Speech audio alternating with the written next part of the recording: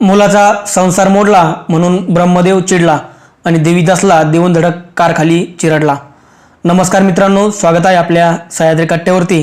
आणि आजची घटना आपल्याला बघायची आहे सोलापूर जिल्ह्यामधली।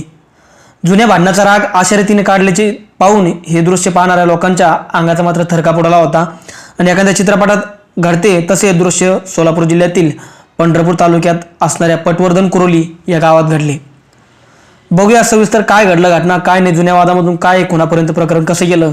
मुलाचा संसार मोडला त्यामुळे ब्रह्मदेव हा चिडला, रागी आला आणि त्यांनी देवीदासला धडक कशी दिली हा एक चित्रपटासारखा रंगलेला प्रकार आणि त्याला कारखाली चिरडला सगळ्या लोकांसमोर। हेच आपल्याला या घटनेमधून बघायचे सविस्तर बघूया। सोलापूर जिल्ह्यातील पंढरपूर तालुक्यात पटवर्धन कुरोली नावाचे एक गाव आणि 10 ऑगस्ट रोजी ही घटना घडली। या घटनेची माहिती मयत इस्माच्या नातेवाईकांना समजताच त्यांनी घटनास्थळी धाव घेतली आणि हे कृत्य कोणी केले हे त्यांना समजून आले। मात्र त्यांनी त्या इस्माचा शोध घेतला, पण हे कृत्य करून तो तेव्हाच पासार झाला होता। दरम्यान या घटनेची माहिती करकंब पोलीस ठाण्यात देण्यात आली आणि 5 दिवसावर स्वातंत्र्य दिन येत असल्याने त्या संदर्भात पोलीस ठाण्यात बैठका चालू होत्या। अशातच या घटनेची माहिती पोलिसांना मिळाली आणि एका इस्माने भर रस्त्यात लोकांसमोर अपघात घडून एका मोटरसायकल स्वाराला चिरडल्याची माहिती समजताच करकंब पोलीस घटनास्थळी ही पोहोचले आणि सहाय्यक पोलीस निरीक्षक निलेश तारू आणि यांची सर्व टीम ही घटनास्थळी दाखल झाली। आता पोलिसांनी पाहणी केली तेव्हा परिसरात जमलेल्या लोकांनी घटनेची माहिती देऊन गावातीलच देवीदास दिगंबर नाईक नवरे वय 43 याचं हे आपली दुचाकी घेऊन मात्र घराकडून निघाले। तेव्हा रस्त्यावर दाबा धरून बसलेल्या तात्या उर्फ ब्रह्मदेव नाईक नवरे याचं वय 45 यांनी आपली बोलेरो कार मात्र मोटरसायकलला धडकवली। त्यावेळी मोटरसायकल त्या गाडीला अडकली आणि हे लक्षात येऊनही त्याने तशी ती पुढे दामटली। त्यानंतर त्याने कार वळून पुन्हा खाली पडलेल्या देवीदास याच्या अंगावर घालून त्याला ठार केले। लोक ओरडत असूनही त्याकडे दुर्लक्ष करून ब्रह्मदेव नाईक नवरे यांनी देवीदास नाईक नवरे यास ठार केले होते। हा अपघात नसून खुनाची घटना घडली होती आणि पोलिसांनी यानंतर ब्रह्मदेव याचा शोध सुरू केला, पण तो सापडत नव्हता। मात्र ब्रह्मदेव कोणत्या कारणावरून देवीदासचा खून केला असावा याचा तपास पोलिसांनी करायचे ठरवले आणि त्यासाठी रितसर सोपस्कार करणे आवश्यक होते। सर्वप्रथम घटनास्थळाचा आणि मृतदेहाचा पंचनामा करण्यात आला। मृतदेह सोयीच्छेदनासाठी पाठवण्यात आला आणि त्यानंतर देवीदासचा चुलत भाऊ पांडुरंग नाईक नवरे यांनी करकंब पोलीस ठाण्यात फिर्याद नोंदवली। आपल्या चुलत भावाचा खून ब्रह्मदेव नाईक नवरे यांनी त्याचा मुलगा सिद्धेश्वर या दोघांनी केला असा संशय त्यांनी व्यक्त केला। जुन्या भांडणाचा राग मनात धरून हा खून केल्याचे पांडुरंग नाईक नवरे यांनी फिर्यादीत सांगितले। त्या फिर्यादीवरून गुन्हा दाखल झाला। 302चा गुन्हा तिथं नोंदवण्यात आला। ब्रह्मदेव नाईक नवरे यांच्यावर गुन्हा नोंदवल्यानंतर त्याला ताब्यात घेण्यासाठी पोलीस त्यांच्या घरी गेले असता त्यांना घराला कुलूप लावलेले दिसून आले। त्यानंतर पोलिसांनी गावात त्याचा तपास सुरू केला, गावात विचारपूस केली, गावातील काही खबऱ्यांकडून माहिती घेतली। तेव्हा मात्र पोलिसांची एक वेगळी गोष्ट समोर आली आणि ती गोष्ट म्हणजे त्याचा शोध सुरू करत असतानाच तो सापडला नाही। मात्र पोलिसांनी खबऱ्यांना ब्रह्मदेवाबाबत समजल्यास त्याची माहिती द्या असे सांगितले आणि त्याच दिवशी रात्रीच्या सुमारास ब्रह्मदेव नाईक नवरे गावातच असल्याचे समजले। आता गावातले काहीतरी लोक असतात असे की ह्या गोष्टी ते पोलिसांपर्यंत पोहोचत असतात, सांगत असतात, त्यामुळे पोलिसांना एक क्ल्यू भेटत असतो आणि त्यापासून गुन्हेगार हे थोडा अर्जंट लवकर सापडत असतात। आता पोलिसांनी तातडीनेच हालचाली करण्यास सुरुवात केली आणि त्याला ताब्यात घेतले। ब्रह्मदेव नाईक नवरेला ताब्यात घेतल्यानंतर त्याला न्यायालयात हजर करून 5 दिवसाची पोलीस कोठडी त्याला दिली। पोलीस कोठडीत त्याच्याकडे चौकशी केली असता त्याने आपण देवीदासचा खून का केला याबाबत पोलिसांना सांगितले आणि 7 वर्षापूर्वी ब्रह्मदेवचा मुलगा सिद्धेश्वरचा विवाह प्रियंका नावाच्या मुलीबरोबर झाला होता। प्रियंका ही देवीदास नाईक नवरे यांची भाची आहे आणि प्रियंका ही शेतातील कामे करण्यास नकार द्यायची।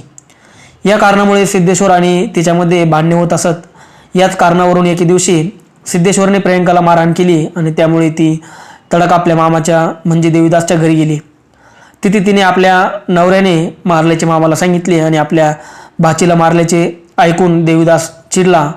तो सरळ ब्रह्मदेव नाईक नवरे यांच्या घरी आला आणि त्याने भाचीला का मारले असे म्हणत भांडण काढले। याचा ब्रह्मदेवला राग आला आणि त्यानंतर प्रियंका ही मामाच्याच घरी राहत होती. ती नांदायला येत नसल्याने पाहून तिच्याकडे ब्रह्मदेव आणि सिद्धेश्वर यांनी घटस्फोटाची मागणी केली. त्यावेळी तिने आणि देवीदास या दोघांनी घटस्फोट देणार नाही असे सांगितले. यावर ब्रह्मदेव आणि सिद्धेश्वर हे बापलेक खूपच चिडले. घटस्फोट दिला नाही तर देवीदासला त्यांनी ठार मारण्याची धमकी दिली होती. देवीदासने ही गोष्ट फारशी मनावर घेतली नाही आणि देवीदासची गावात पत होती, त्याला सर्वजण मान द्यायचे. भांडण झाल्यानंतर गावातील लोक ब्रह्मदेव नाईक नवरे याच्या कुटुंबालाच नवे ठेवत होते. मात्र त्यामुळे ब्रह्मदेव राग करू लागला.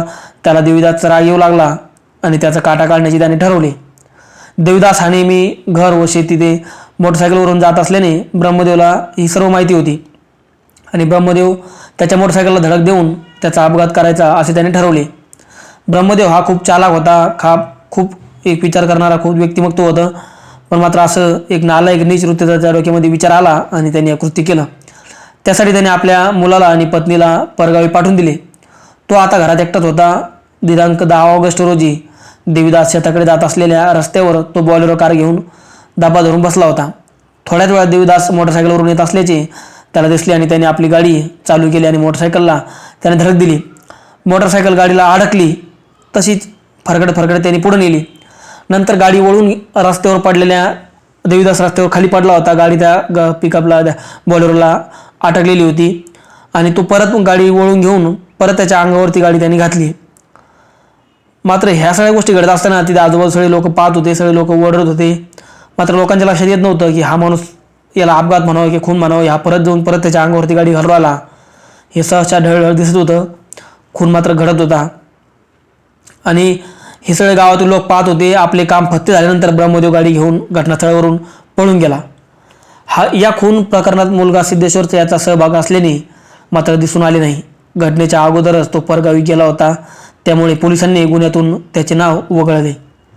देवीदास हा अपघातात ठार झाल्याचा मात्र देखावा ब्रह्मदेव याला करायचा होता. पण अपघातामध्ये त्याची गाडी बोलेरो गाडीला अडकली, त्यामुळे ब्रह्मदेवला त्याच्या अंगावर गाडी घालून ठार मारावी लागली. ही घटना अनेकांनी पाहिल्यामुळे त्याचा बनाव उघड झाला आणि या प्रकाराचा तपास जिल्हा पोलीस प्रमुख आणि याची सर्व टीम ही करत होती आणि यांनी तपासकार करून याला योग्य ती शिक्षा न्यायालयाअंतर्गत दिली. अशी घटना मित्रांनो इथे घडलेली आहे. जुना काहीतरी वाद एक मनामध्ये धरून, राग मनामध्ये धरून यांनी खून केलेला आहे.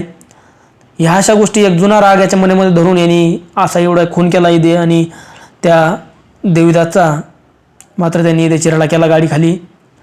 ही घटना रोडचे चालू असताना घडत असताना मात्र लोकांना तर काही करता येत नव्हतं, पण थोडंफार पण आपल्याला म्हणता येणार नाही, तर त्याला काही करता येत नव्हतं. तशा प्रसंगामध्ये हा फास्टपणे त्याच्या अंगावरती गाडी घेऊन गेला आणि रिटर्न तो मेला नाही, त्याचा मृत्यू झाला नाही म्हणून त्याने रिटर्न परत घेऊन त्याच्या अंगावरती गाडी घातली आणि त्याचा तिथे खून केला.